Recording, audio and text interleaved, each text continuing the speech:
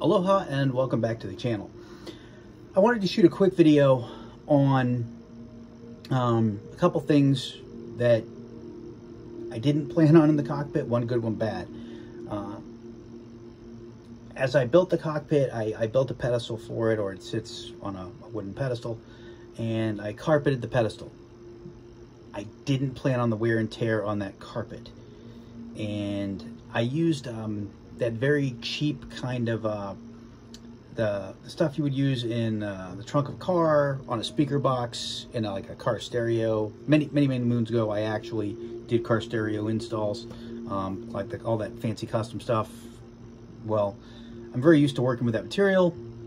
However, it does not stand up well to use in a cockpit environment. So the easy fix for that is going to be for me to just get a 3 foot by 5 foot or a 4 foot by 6 foot carpet from Walmart. They're 20 bucks.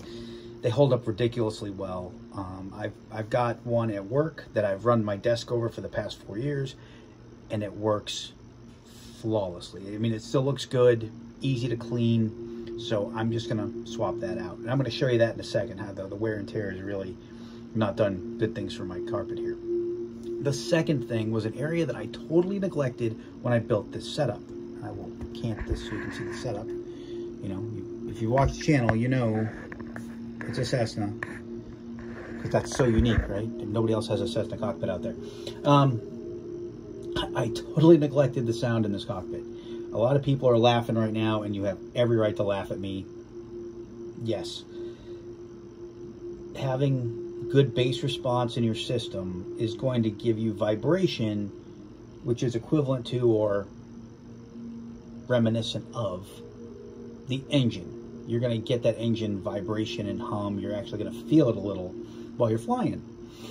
Totally slipped my mind. I was using the speakers on the TV, which was a huge mistake, and I ended up shifting. And what I did to recover was I picked up a 2.1 USB speaker setup for the home PC. And it's a small subwoofer that I put directly behind my center console area, and it's right next to my feet. So my feet will actually move with the vibration because I have the bass cranked. The rest of it's turned down to a normal level, but the bass itself is cranked.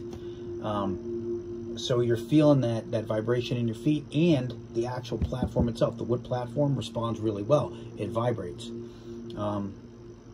So those two things give me a little bit of feel of the aircraft, which I totally lacked in my original setup. So without further ado, I'm gonna shift the camera. I'm gonna move it down so you can see how badly the carpet fared. You can see here, the carpet just didn't do well. All these little, let's see if I can get that on camera there, little pieces, parts are just coming off. The carpet's falling apart, which not a huge deal. Again, very recoverable. But as we go over here, you can now see hiding behind that corner there is my subwoofer. And please pardon the wiring mess. I'm still zip tying stuff out of the way. That small subwoofer, as I come around, go up, go over,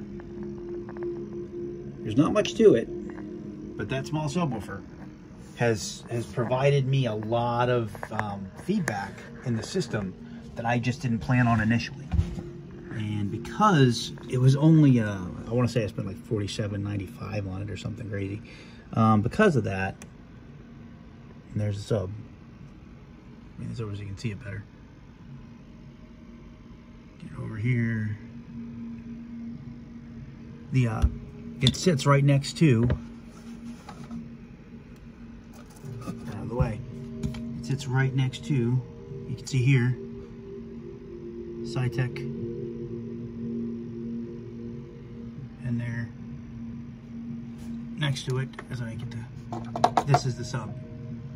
So, having it where it is provides that vibration to the platform as well as my feet, and gives me a lot of good movement in the cockpit. Well, the feel, I'll say, of an engine in the cockpit.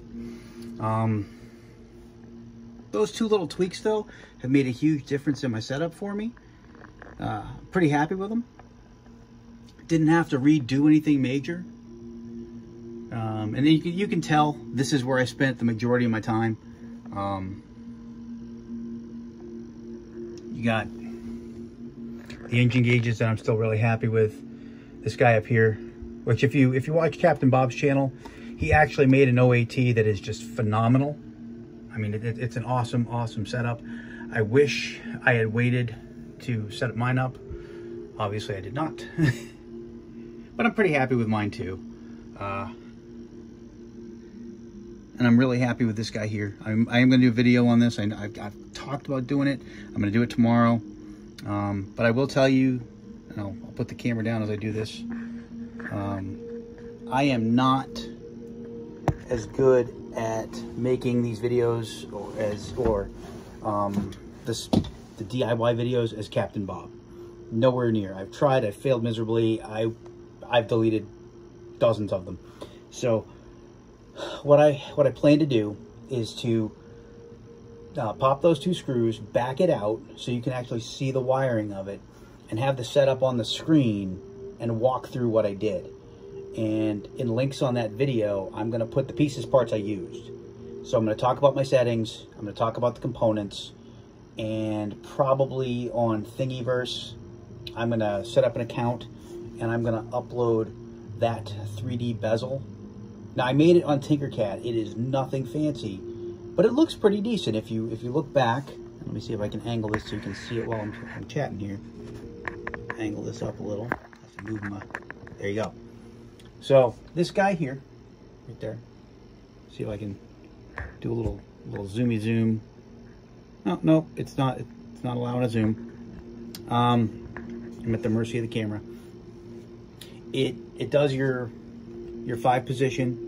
So you've got off, standby, on, altitude, and test. It's got the ident. Now my ident is actually in this first rotary encoder here. You push this, and if you see the red coming on, it's ident. Push it again, it's off. You can tweak that so that ident's coming from any other push button you'll want. I just have it set up to do this first one. And then all the rotary encoders just actuate the numbers on the transponder. You can, now I grouped them, there's actually a space between each number. You can group them together so the numbers are very close together. You can have them left indent, right indent, centered. I just put a space in between each one because I thought it looked a little bit better that way. But I'm gonna put that up on Thingiverse tomorrow, set up an account, and then do a video with links to the pieces, parts.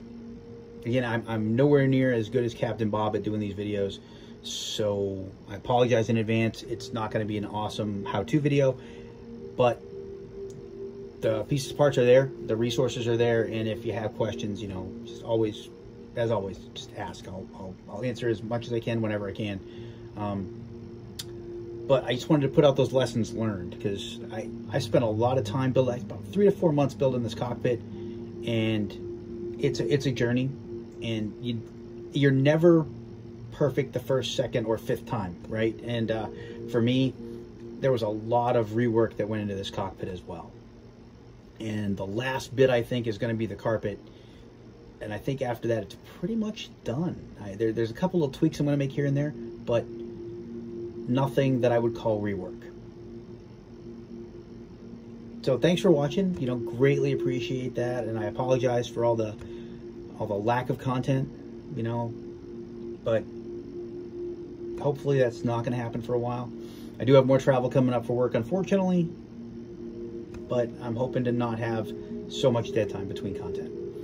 Thanks for watching and sticking with me, and as always, stay safe and happy flying out there.